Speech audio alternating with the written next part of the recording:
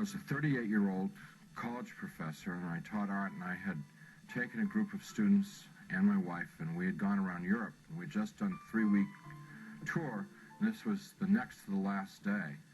And we were in Paris, and at 11 o'clock in the morning, I had a perforation of my stomach. When this happened, the pain was the most acute pain I'd ever experienced in my life, and it just dropped me right down to the ground. And so I'm twisting and kicking and moaning and screaming and yelling around on the floor. And my wife called the desk, and they called an emergency service. A doctor came, and he called an ambulance because he knew what was wrong. And they took me about 8 miles across town to the public hospital, to the General Hospital of Paris, where I was taken into emergency, examined by 2 more doctors who knew exactly what was wrong with me, and then they took me away to the surgery hospital, which was a couple blocks away. And I was parked there because there wasn't any surgeon available to do the surgery. And so there I lay for 8 to 10 hours in that hospital with no medication, no examination, no attention whatsoever, awaiting a surgeon to come to give me this operation that was critical. And it's now 8:30 at night. Nurse came in and said that they were very sorry they weren't able to get a doctor for me, and they'd get one the next day. Well, when she said that, I knew that it was over for me. I knew that I was dead. The only thing that was keeping me alive was I didn't want to die. I was scared to death of dying because, as far as I knew, I was an atheist, non-believer, person who lived for the gratification they could get out of the moment. And, like, dying to me was like the worst. I mean, next to the pain, dying was the worst thing that could happen to you because it's the end of life and there was no more. There wasn't anything else. But when she said that, the idea of trying to exist for another minute, another hour in this pain, it wasn't worth it anymore. I'd been hanging on in the hopes that they told me that they'd get a doctor and do the surgery and open me up and fix the problem inside of me, but when they said they couldn't get one. So I said to my wife, it's time for us to say goodbye because I'm going to die now. And she got up and she put her arms around me. I'm lying on the bed, and she told me how much she loved me, and I told her how much I loved her, and this makes me really sad. And we made our goodbyes, you know, said those things that you'd say to who'd been married 20 years, say all those kinds of things. I can't tell you because I'll just start crying, but she finally sat down because she knew it was over. And I knew. And it was just so hard looking at her crying like that, and I just closed my eyes. Just let it go. And I went unconscious. I probably was unconscious for a very short while. A few minutes, probably. And I was conscious again. And I looked, opened my eyes and looked, and I was standing up next to my bed. And I knew exactly where I was and what the situation was. I mean, there was no confusion in my mind. I felt more alive, more real than I've ever felt in my life. You know, people ask me, you know, were you a ghost? I was just the opposite. Very alive. As I'm looking around the room, I see that there's, underneath the sheet on the bed, there's something under the sheet, a body. And so I bent over the bed. The head was turned away from me, and I looked at the face, and it looked like me. But that wasn't possible because I was standing there. I'm alive. I'm great, you know. I mean, I'm more than great. I'm like, you know. And so I tried to talk to my wife. Can't you hear me? And, can't you hear me? you know, she couldn't hear me or see me. That's not me. But I thought What's going on that she here? just was ignoring me. So I got very angry at her for ignoring me, for not paying attention to me. And I'm screaming and yelling at her, what's going on here? Why is this body in the bed that looks like me, and how to get there and stuff like that? And I had a sneaking suspicion that the body in the bed was me, but I didn't want to think about that because that was too scary. So I'm getting really agitated and upset because this is all too weird. You know, this can't be happening. It's impossible. I've got a hospital gown on, and it's like really, everything's really real. And I hear people calling me outside the room, and they're saying to me in soft, gentle voices, "Howard, you got to come with us now. Come quickly. Come out here." So I go over to the doorway of the room, and there's people out in the hallway, and they're the hallway's dank. It's gray. It's not light or dark. It's just gray, and they're all in grayness, and they're men and women, and what they're wearing might possibly be hospital uniforms. And I asked them if they were from the doctor to take me to the operation. And I told them, I said, I'm really sick and I got to have an operation and I'm going to die if I don't get this operation. And I was supposed to have the operation 8 hours ago. And I'm telling them all this stuff. And they're going, we understand. You know, you got to come quick. Howard, come out here. Howard, come quickly with us. Howard, we've been waiting for you. Waiting. I left the room, which was real, clear, bright, and went into the hallway, which was dank and hazy, and followed these people. We had a very long journey. There's no time, and whenever I make a reference to time, it's just an illusion because there was no time in this place. But this journey, if I were to recreate it, I'd have to walk like from Nashville to Louisville or something to recreate the walk with these people. And as we walked, they stayed around me and kept moving me on, and it kept getting darker and darker. They were becoming more and more openly hostile to me. First, they were sort of syrupy sweet to get me to go with them, and then when I was going along with them, it was like, hurry up, keep moving, you know, shut up, stop asking, you know, they started getting more ugly. And so we get into complete darkness, and I'm absolutely terrified. These people are very hostile, I don't know where I am. I said, I'm not going to go with you any further. They said, you're almost there. And we started to fight. I was trying to get away from them. They were pushing and pulling at me. And there are now a lot of them. What originally had been like a handful now was, since it was darkness, hundreds or thousands. I have no idea. And they're playing with me. You know, clearly they could have just destroyed me if they wanted to. They didn't want to destroy me. What they wanted to do was they wanted to inflict pain on me because they derived, pleasure isn't the right word, but they derived satisfaction out of the pain that I experienced. So what they were doing in the beginning part was real hard for me to talk about, and I'm not going to tell you much about it, just a little bit, because it just gets too ugly. But initially they were like tearing and biting, tearing with their fingernails, scratching, gouging, ripping, and then biting. Trying to defend myself, trying to fight them off, trying to get away from them, but it's like being in a beehive. There's just hundreds of them all over me. And I eventually was just laying on the ground there, all ripped up,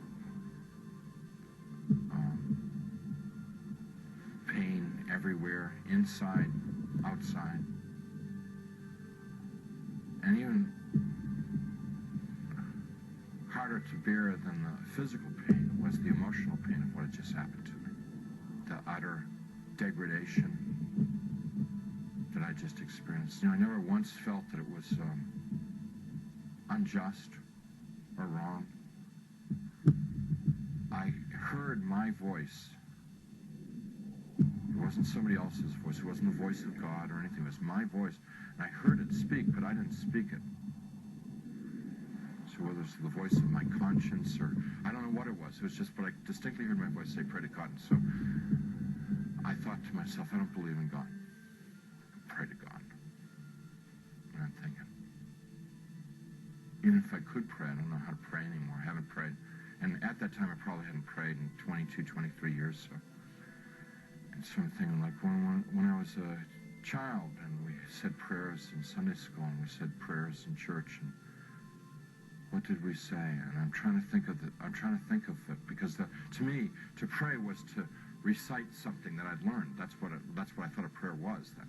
So let's see, the Lord is my shepherd. Give us this day our daily bread. My country, 'tis of thee. No, that's not a prayer. That's wrong. Let's see. Yea, though I walk through the valley of the shadow of death, fourscore and 7 years ago, our forefathers. I'm getting all mixed up. I can't remember how to pray. And then the people who were around me, every time I'd like mention God, these people who had attacked me and beaten me, every time I mentioned God, it was as if mentioning God was throwing boiling water on it. They would shriek, they would scream, they would yell, and in worse profanity than anything I've ever heard in this world. The other thing that was happening was that they couldn't bear to be around me talking about God. It was so painful for them to hear about God that they kept backing away.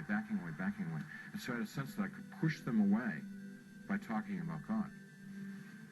And so I'm trying to remember prayers, and I'm getting all confused and mixed up, and it was just all crazy, and I'm lying there, and eventually I realized that they're gone, and I'm alone. Now, I was alone there for an eternity, and what I mean by that was absolutely no sense of time. But I thought about my life, thought about what I'd done and what I hadn't done. I thought about the situation I was in, and the conclusion that I came to was that I had lived my adult life, I had lived a selfish life. My only God in my adult life was myself. I realized that I was something terribly, terribly wrong with my life, and that the people that attacked me were the same kind of people that I was. They were not monsters, they weren't demons. They were people who had missed it. The point of being born and being alive in this world. They'd missed it, and they had lived lives of selfishness and cruelty. And now we're in a world where there was nothing else. There was nothing but selfishness and cruelty, and they were doomed to inflict that upon each other and upon themselves, probably forever and ever and ever and ever, without end. And now I was a part of it. And it seemed like, although I didn't want to be there, it seemed like probably the right place for me to be. There was a sense of like, this is what I deserve, because this is what I lived. You can't imagine how emotionally painful that was. And I'm lying there for time without end, thinking about my fate. And in the back of my mind comes up an image of myself as a child, sitting in a Sunday school classroom, singing, Jesus Loves Me. I could hear in my mind, Jesus loves me, la la la. Jesus loves me, la la. And as I recalled myself singing it and I could hear myself as a child singing it. More important than anything else was that I could feel it in my heart that there was a time in my life when I was young and innocent, when I believed in something good, when I believed in something other than myself, when I believed in someone who was all good, all powerful, who really, really cared about me. And I knew that I wanted that back, that which I had lost, that I'd thrown away, that I'd betrayed. I wanted that back. That I didn't know Jesus, but I wanted to know Jesus. I didn't know his love, but I wanted to know his love. I didn't know if he was real, but I wanted him to be real. You know, I mean, this was all just because I trusted that there was a time in my life that I had believed in something, and that I knew I had known once as a child that it was true, and I wanted to trust that it was true. So I called out into the darkness, Jesus, please save me. And he came. He came. First, there was a tiny little speck of light in the darkness, and it very rapidly got bright. And the light became so bright that if it were in this world, it would have consumed me. I just would have fried me to a crisp. But it wasn't at all hot or dangerous there. The light just came upon me, and he reached down. He was in this light, and he reached down out of this light and gently started to pick me up. And in his light, I could see that I was gore and filth and wounds all over. And I looked like roadkill. And he's gently putting his hands underneath me and very tenderly picking me up. And as he's touching me, everything just goes away. All the wounds, all the pain, all the dirt, it just kind of like evaporated away. And I'm like whole and healed. And inside, just filled with his love, which I wish I could be more articulate about. It's so frustrating not being able to tell people about it, because, you know, it's the best thing that ever happened to me in my life. I mean, it's like it's the everything. You know, it's the all of life is to know that love. And, you know, I get to it and I just can't describe it. I can't convey it to you. So he's holding me and embracing me, rubbing my back like a father would his son, like a mother would her daughter, just gently rubbing my back. And I'm bawling like a baby, out of happiness. I mean, like the release, you know, having been lost and now been found, having been dead and now brought back to life, you know. And he's carrying me out of there. Up, we just go. Out, gone. And we're moving towards a world of light, and I began to have thoughts of tremendous shame that I've been so bad.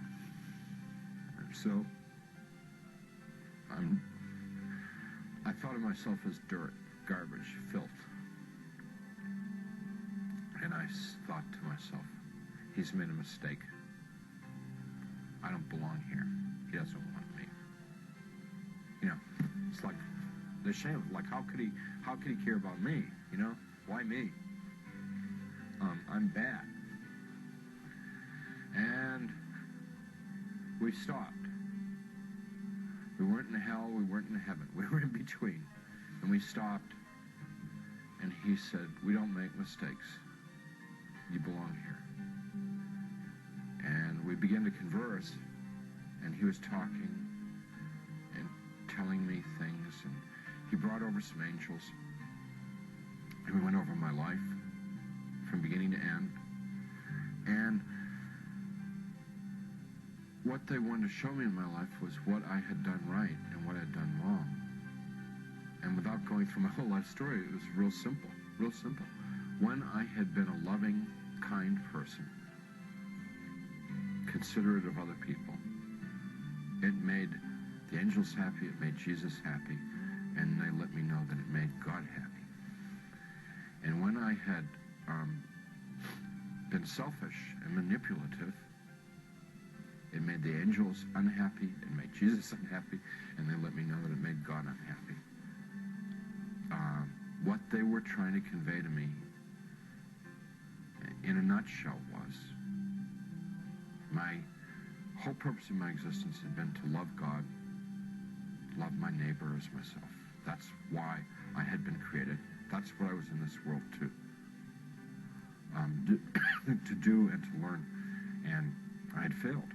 They told me that I had to come back to this world and upset because I wanted to go to heaven. What they told me about heaven, it's like the most fun, most interesting. I mean, it's the most wonderful place. I mean, everybody would want to go to heaven, and I wanted to get there. And they said that I wasn't ready, I wasn't fit, that it wasn't my time to go to heaven. It was my time to come back to this world and try and live the way that God wanted me to live, the way God had created me to live in the first place. I told them, Jesus and the angels, that I couldn't live in this world without them.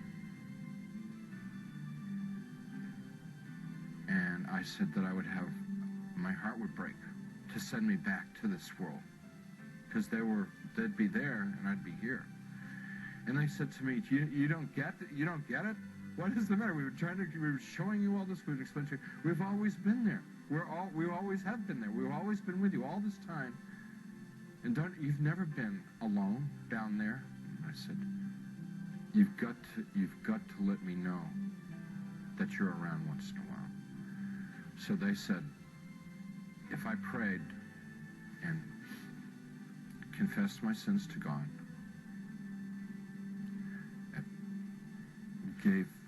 gave what I had, and what they meant by what I had was gave my worries, my cares, my hopes, my dreams, just gave it all up to God. That there would be times when they would be there, and I would know in my heart that they were there. Wouldn't necessarily see them or hear them, but I would feel the love like I'd felt it then.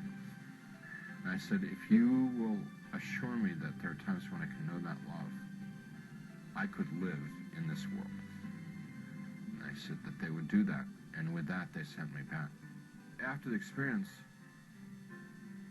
the nurse who had been in the room a few minutes before and said they couldn't find a doctor, and they'd try to get one the next day, she came running back to the room and she said, a doctor's arrived at the hospital, which was like, this is all pretty miraculous stuff, because this is now like 9:30 at night, around 9:30 at night. She said, doctor's arrived at the hospital and we're going to have do surgery on you right away. And some orderlies and people came in and they threw my wife out of the room. And it was very disturbing because I was trying to tell them and I wanted to tell my wife what had happened to me. So when I passed my wife in the hall on the gurney on the way to the surgery, I said, everything's going to be great. And she just started bawling because she thought like that was like a dying man, you know. You know. Strange thing about the experience is the memory hasn't dulled at all. It's real intense. And I don't know, it stays intense. And I believe that one of the reasons that God gave me this experience so that I would have an opportunity to share it with someone. I don't know who. I never know who. But I would have the opportunity to share it with somebody so that it could be of help to them.